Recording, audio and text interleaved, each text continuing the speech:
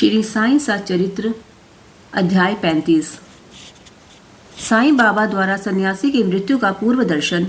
मानकर की कथा बाघ को सद्गति। साईं बाबा द्वारा सन्यासी की मृत्यु का पूर्व दर्शन। मद्रासी सन्यासी विजयानंद मानसरोवर की यात्रा पर निकला।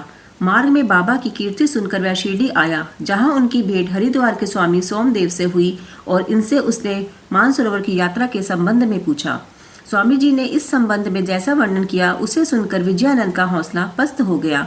उसने यात्रा करने का विचार त्याग कर मस्जिद में जाकर बाबा के श्री चरणों का स्पर्श किया।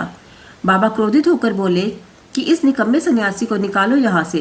सन्यासी बाबा के स्वभाव से पूर्णतः अपरिचित था। उसे बड़ी निराशा हुई, परंतु वहाँ जो कुछ भी गतिविधियाँ चल रही थी उन्हें वह बैठे बैठे ही देखता रहा। प्रातःकाल का दरबार लोगों से ठठासस भरा हुआ था और बाबा को यथाविधि अभिषेक कराया जा रहा था। कोई पाद प्रक्षालन कर रहा था तो कोई चरणों को छूकर तथा कोई तीर्थ स्पर्श से अपने नेत्र तृप्त कर रहा था। कुछ लोग उन्हें चंदन का लेप लगा रहे थे तो कोई उनके शरीर पर इत्र ही मल रहा था। जाति पांति का भेदभाव भुलाकर सब भक्त यह कार्य कर रहे थे। यद्यपि बाबा उस पर क्रोधित हो गए थे तो भी सन्यासी के हृदय में उनके प्रति बड़ा प्रेम भाव उत्पन्न हो गया था। उसे यह स्थान छोड़ने की इच्छा ही नहीं होती थी। 2 दिन बाद ही मद्रास से पत्र आया कि उसकी माँ की स्थिति अत्यंत चिंताजनक है, जिसे पढ़कर उसे बड़ी निराशा हुई। वह हाथ में पत्र लेकर उनके समीप गया और उनसे घर लौटने की अनुमति मांगी। उन्होंने कहा कि जब तुम्हें अपनी माँ से इतना मोह था तो फिर संन्यास धारण करने का कष्ट क्यों उठाया? ममता या मोह भगवा वस्त्रधारियों को क्या शोभा देता है? जाओ, चुपचाप अपने स्थान पर रहकर कुछ दिन शांतिपूर्वक बिताओ, परंतु सावधान, वाड़े में चोर अधिक हैं, इसलिए द्वार बंद कर सावधानी से रहना, नहीं तो चोर सब कुछ चुरा कर ले जाएंगे। लक्ष्मी यानी संपत्ति चंचला है और यह शरीर भी नाशवान है। ऐसा ही समझकर इहलौकिक व पारलौकिक समस्त पदार्थों का मोह त्याग कर अपना कर्तव्य करो। जो इस प्रकार का आचरण कर श्री हरि के शरणागत हो जाता है, उसका सब कष्टों से शीघ्र छुटकारा होकर उसे परमानंद की प्राप्ति हो जाती है। जो परमात्मा का ध्यान, चिंतन, प्रेम और भक्ति पूर्वक करता है, परमात्मा भी उसकी सहायता करते हैं।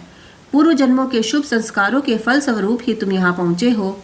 और अब जो कुछ मैं कहता हूँ उसे ध्यान पूर्वक सुनो तथा अपने जीवन के अंतिम ध्याय पर विचार करो।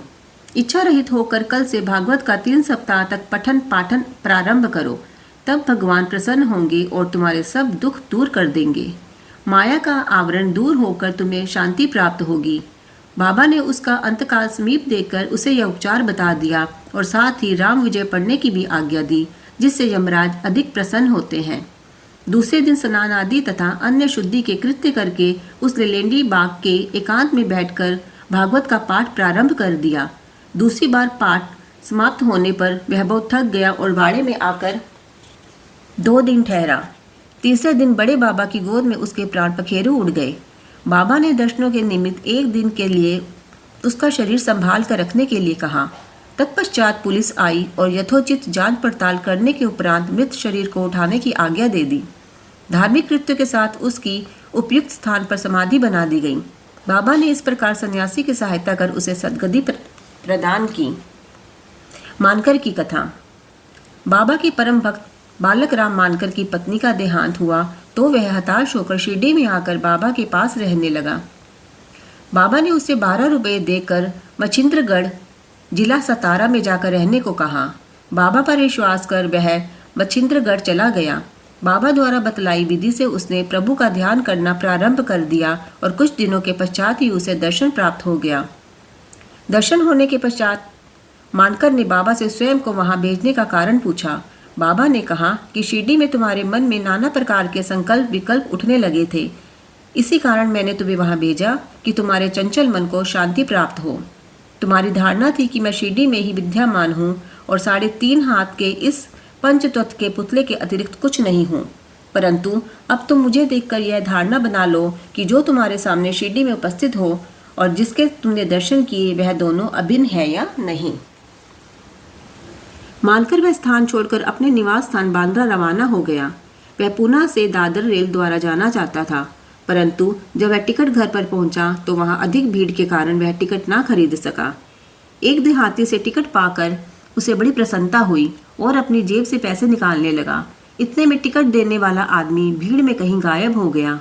इस प्रकार मानकर को इस विचित्र रूप में बाबा के दूसरी बार दर्शन हुए।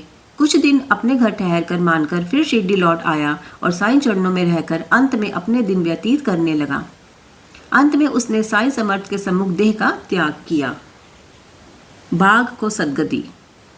बाबा के समाधि लेने के 7 दिन पहले मस्जिद के सामने एक बैलगाड़ी आकर रुकी, जिस पर एक बाघ जंजीरों से जकड़ा हुआ था। उसका भयानक मुख गाड़ी के पीछे की ओर था। वह किसी अज्ञात पीड़ा से परेशान था। उसके पालक 3 दरवेश थे जो एक गांव से दूसरे गांव में जाकर उसका नित्य प्रदर्शन कर अर्थोपार्जन करते थे। उन्होंने उसकी चिकित्सा के सभी प्रयत्न किए, परंतु सब कुछ व्यर्थ हुआ। कहीं से बाबा की कीर्ति उनके कानों में पड़ गई और वे बाघ को लेकर साईं दरबार में आए। हाथों से जंजीरें पकड़कर उन्होंने बाघ को मस्जिद के दरवाजे पर खड़ा कर दिया। वह स्वभावतः ही भयानक था, पर पीड़ाग्रस्त होने से वह बेचैन भी था। लोग भय और आश्चर्य से उसकी ओर देखने लगे। दरवेश अंदर आए और बाबा को सब हाल बताकर उनकी आज्ञा लेकर वे बाघ को उनके सामने लाए। जैसे ही वह सीढ़ियों के समीप पहुंचा, वैसे ही बाबा के तेज पुंज स्वरूप का दर्शन कर एक बार पीछे हट गया और अपनी गर्दन नीचे झुका दी। जब दोनों की दृष्टि आपस में एक हुई तो बाघ सीढ़ी पर चढ़ गया और प्रेमपूर्ण दृष्टि से बाबा की ओर निहारने लगा। उसने अपनी पूंछ हिलाकर 3 बार जमीन पर पटकी और तत्क्षण ही प्राण त्याग दिए। उसे मृत देखकर दरवेशी बड़े निराश और दुखी हुए। तत्पश्चात जब उन्हें बोध हुआ तो उन्होंने सोचा कि प्राणी रोगग्रस्त था ही और उसकी मृत्यु भी निकट ही थी। चलो, उसके लिए अच्छा ही हुआ कि बाबा सरीखे महान संत के चरणों में उसे सद्गति प्राप्त हो गई। वह दरवेशों का ऋणी था और जब वह ऋण चुक गया तो वह स्वतंत्र हो गया और जीवन के अंत में उसे साईं चरणों में सद्गति प्राप्त हुई। ओम साईं राम।